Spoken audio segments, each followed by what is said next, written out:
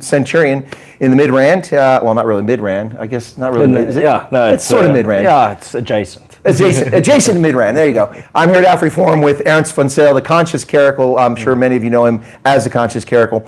Today, Ernst, how are you today? Oh, well, I'm doing well, thanks, Chris. I'm glad to see you made it safely here. South Africa's a dangerous place. Well, this morning the traffic was dangerous. Oh. I came from Meriton and it took an hour and 45 minutes. It's a 99-kilometer trip. In Germany, that would take about 6 minutes on the Autobahn. Oh, yeah, we don't have Autobahn. We just have the Bahn. Just kidding. But seriously, today I want to come talk to you about this documentary that is being released on Wednesday. Is that correct? It's being released now on the 16th. So on the 15th is the official premiere. So people that worked on the documentary and that feature in the documentary, and also some special guests are invited, you included. And then also the next day it's going to be released on YouTube. That's the public release. And that's the public release. Everyone can watch it and share it. And I butcher Afrikaans, so is it Selfbestuur? Selfbestuur. Selfbestuur. Those U's should be E's. Then I would say steer. Anyway, but seriously, so what's this film about? Well, Chris, it's a film about something that we've wanted to communicate to not only our members but to the broader public, and specifically Afrikaners, for a long time. And when I say we, I mean the Solidariteit movement. And that's the idea of community federalism. So this is our model for the future. This is the model within which most of our solutions are contained within. Is it meant to be moving away from reliance on the state? Yeah. Okay. It's a move towards staatsbestandheid, state proofing our communities and our life. Protect yourself against the state. Yeah. That's pretty sad but true.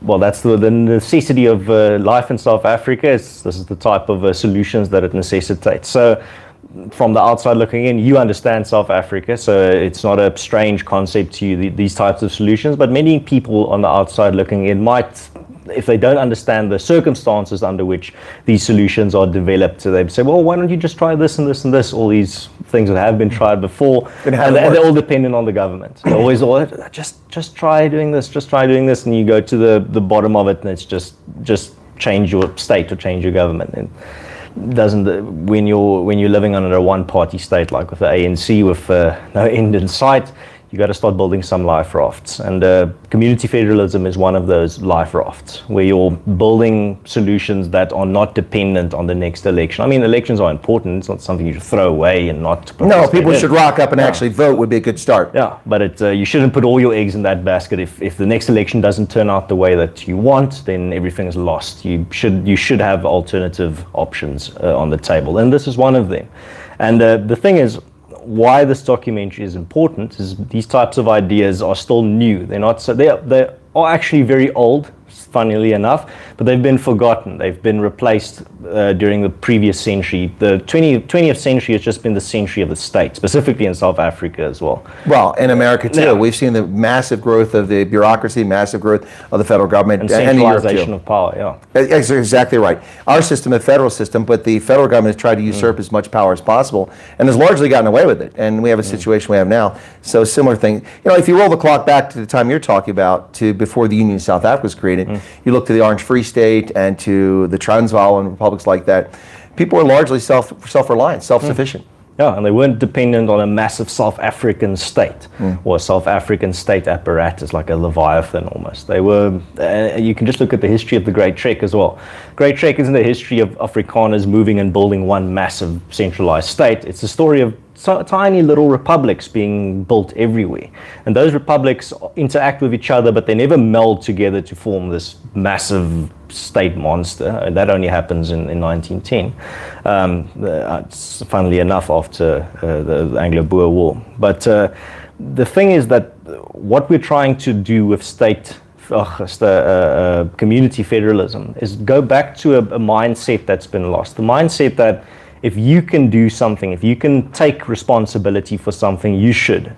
The state shouldn't, or something higher up in the hierarchy shouldn't, a hierarchy of control shouldn't, or complexity shouldn't. So it goes back to a very old idea, the idea of subsidiarity. So that's the idea that if society is made out of social units, the smallest social unit is the family, for example, and if a family, If the smallest social unit can handle something, they should. It shouldn't be delegated to something higher or to something higher up in the hierarchy. So for example, let's take safety. If a family or a family unit can handle its own safety and do it well, then it should. It shouldn't be the state that handles all of that safety. But if they can't, they can delegate it up one level. What's one level up? A community watch or a neighborhood watch, for example. That's one level up of complexity, one level up of centralization, but it's not all the way up to level 11 out of 10. That's the massive centralized government should be handling this. South Africa is the best example with already hundreds of neighborhood watches that have been set up in the void of state failure. If you've left all that responsibility of keeping your family and your community safe up to the government, you're very vulnerable in South Africa. Then nothing is guaranteed. So that's where like I said earlier, these types of solutions come out of necessity. They fill a void that's been created, or as Professor Chris Wyatt says, in a desert of disorder, you're getting all these little oases of order, and they're growing and they're multiplying. Well, it sounds like at the lower level, at the more local level, you're replicating the way government came about in the first place. Let me explain what I mean by that. So there weren't governments initially. There were just people. And as we grew, and particularly after agriculture became the norm, we had more sedentary communities. It became necessary to have people represent our broader interest. So the polity would form governments.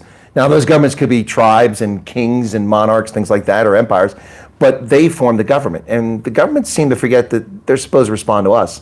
And it sounds like you recognize the government's not responsive, and you think that the best way to get around that is probably work out your own solutions. Yeah, and often in our case, the government is outright antagonistic, not just unresponsive. Well, that's true too. I wasn't going to go down that route, but so it's interesting that we talk about this film because I think it was yesterday I did a short which I published, in which I told people, I used Joe Black's line, "Wope, fuck this wope." You know, I said, what is hope? Hope is not a planning factor, as we say in the military. You have to be self-sufficient, self-reliant where possible. And for some people that's possible. They have the resources to go off-grid for electricity, have lots of JoJo tanks for the water, come up with their own security. But for others, it isn't necessarily a possibility because it takes resources. And that's where working together can really make a difference. That's where the saying of Flabase comes from. He says, a lot of small money together makes big money. So if you I've heard that phrase. I like it. Yeah, like you said, most people, especially in South Africa, a lot of Afrikaners don't have the resources to now start a neighborhood watch, or to start a new university, or to start a new institution. But if hundreds of thousands of them get together, then they can start doing those things. And it actually relates to something that I've been thinking about a lot, where, you have the organizations like AfriForum that have united over 300,000 Afrikaners. And unfortunately, a very small minority, but still people look at that and they say, that must be some massive conspiracy linked to very powerful people. It's impossible for hundreds of thousands of Afrikaners to band together to support a united cause or to stand behind a common cause. It's sad that some people think like that because it shows the way we've just been battered in regards to losing hope and losing faith in our own community, thinking that, no, it's impossible for so many Afrikaners to come together, it must be some dark conspiracy. But that's what we want to try and prove with this model of community federalism, is that it is possible for communities to get together, to start solving their problems on a small scale, and then you go up one scale and up one scale. It starts with 5 potholes that you are able to fill. Then you build up resources, build up support. Next year you can fill 50 potholes. Year after that 100. Year after that 200. You start building it. And there's another very important point that needs to be made. And unfortunately, this is the situation in South Africa. You still pay tax. You can't just stop paying tax. You're going to end up in jail. That's the reality of it.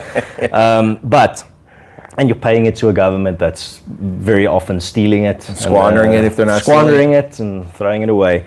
Well, we do need 20 million rand flagpoles. Yeah, absolutely. Yeah. And 1 billion rand sponsorships to Tottenham. That's, Yeah, but here's the thing, and I'm not going to be giving you a nice story. This isn't the T-bone steak. This is the vegetables on the side. Everyone goes through difficult or unfair times. I don't think the Voortrekkers went through fair times. I don't think the French Huguenots went through fair times. I don't think the Boers that fought in the Anglo-Boer War went through a fair time. I think what happened to all of those groups were deeply unfair, a lot more unfair than paying tax to a corrupt government, I think. But all of those groups together, if you ever find yourself in that position where it's a valid question, like why should I be paying double tax? I'm paying my own community to fix all these things government should be doing. Yes, that's deeply unfair. But you have to start asking the question, isn't that what's necessary in the circumstances? So you're on the Titanic, it's sinking. Are you going to start building some life rafts? Or are you going to go sit in the corner, cross your arms and say, this is unfair. I paid for my ticket. I paid for a safe journey. Get me there. Yeah. No, it's a fair point, absolutely. And here's the other thing, too, people forget about is that you may be paying double, but the reality is that the economy and the lifeblood of the country is much bigger than your personal circumstances. And, this is actually helping ESCOM and the government, whether it's not intentional, but everyone who's able to become self-reliant takes more pressure off of the existing grid. I just wish the ANC would see it that way. Yeah, but they don't see it that way. So now they're talking about yet to be identified tax incentives for going solar. But the point is that it's a bigger economy, and if the whole thing collapses, it affects everybody.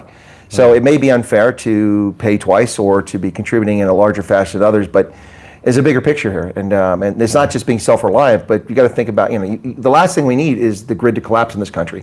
In fact, I've been telling people that if it wasn't for Andre de Ruyter, the grid would have collapsed a year ago. It would have collapsed. His management of it, he's being the piñata, he's being the target of so many people right now, but without him, this grid would have collapsed and it would have been catastrophic. A lot of people, they look at load shedding and they go, now, not now, but 6 months, a year ago, it's inconvenient. 2 hours here, 2 hours there, sure. But when it gets beyond that and it gets to stage 6, stage 8 or higher, spoiled vaccines, spoiled medications, spoiled food, lost productivity, incubators go out. Farms that can't operate. Abattoirs that can't operate, and then you have to slaughter chickens and you can't harvest. It's just, the list goes on and on and on and on. And you add to that the electrical lines stolen from rails. So much traffic is pushed onto the highways and they're sucking up all the diesel, pushing up the fuel. It's just, the whole thing it's all interconnected. And it may be frustrating, but it's the reality of modern life. So be as self-sufficient as you can be, but understand that there's a bigger picture out there. Absolutely, it's going to start very small. Like I said, Chris, I'm not. I wish I was here to sell you a T-bone steak or to the audience. I had steak last night at a braai. I'm okay.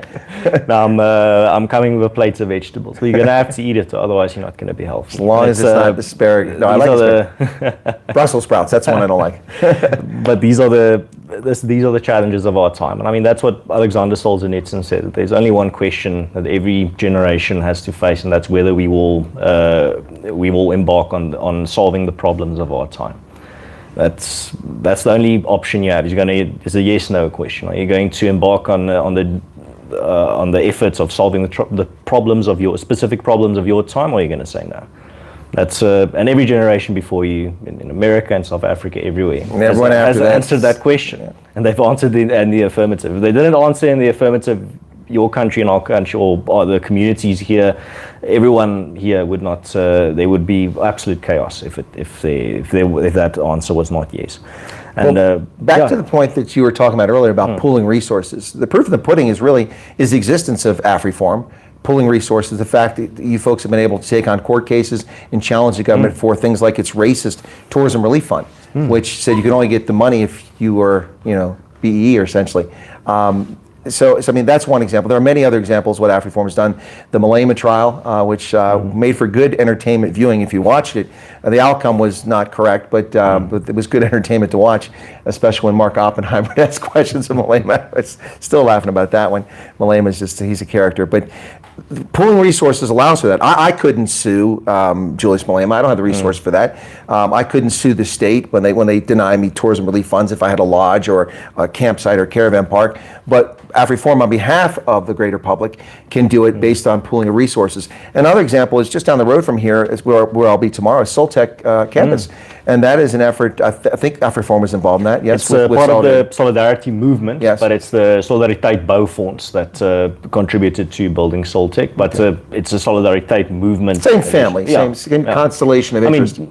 It's no conspiracy, Solidariteit's just across the road. I know, that's where I'm going next. That's the funniest thing. It doesn't happen often, but sometimes some of our detractors be like, I've put 1 and 2 together. There's Solidariteit and AfriForum. There's some connection there. And I'm like, yeah, my access card opens their building. But, No, but to that point, and I'll discover this tomorrow, but as I recall when it was built under budget and on time.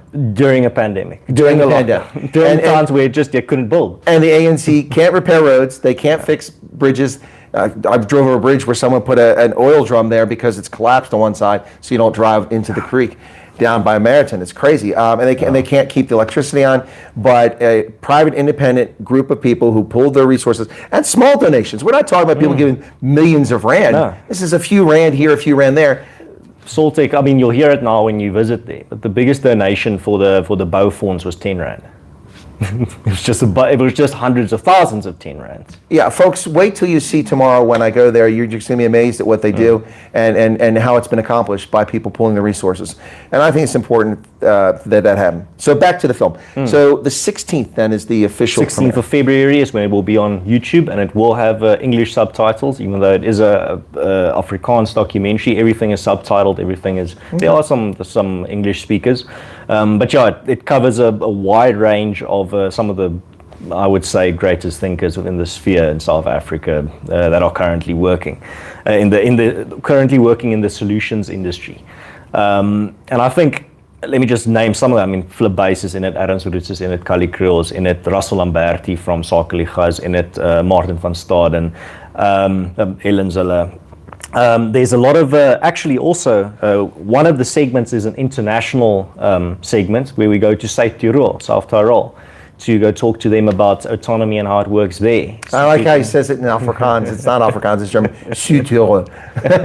Zuid-Tirol. That's funny. So we went there to film an entire segment about them as well. It's a fascinating story. I don't even have to give you any I know details. South Tyrol very well. We talked about that previously. Yeah. And it was a great opportunity to see how they handle autonomy, how they handle do it yourself.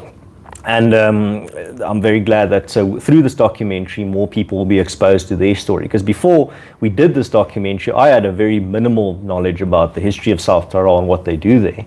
Now I know a lot more. I didn't know. You didn't know I know about it. Until we actually just in passing mentioned it. And he was like, "Oh yeah, well that's a very strange connection." I used to go there every weekend. No, it is a strange connection. But as I told Ernst, the German language newspaper from Bolzano in Italian is the Dolomiten, the Dolomites, and that was delivered to my house every day when I was stationed in Italy. I came there through the Italian press, which was reliable, the postal service.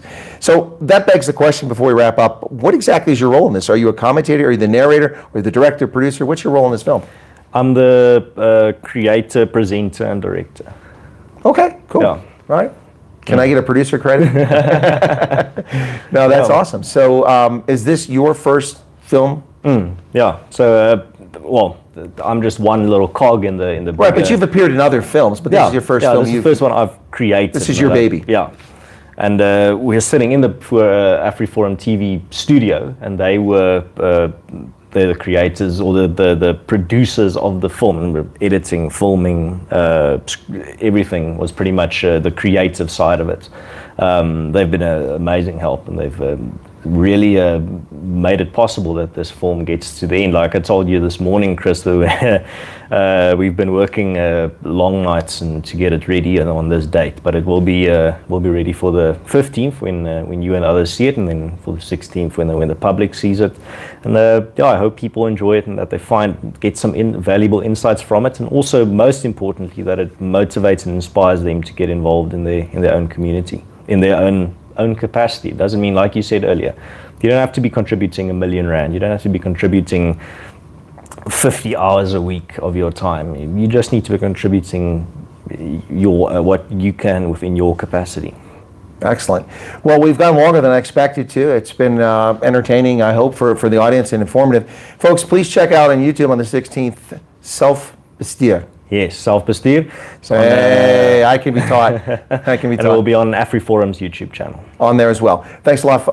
On there. So not on your channel, not on the Conscious Caracal, on AfriForum. Because it's an AfriForum production. Yeah. Okay, folks, thanks a lot to Ernst van Sale, the Conscious Caracal. Always a pleasure, Ernst. Thank you very much. Thank you very much. All right, I want to wrap it up, close it up here, folks.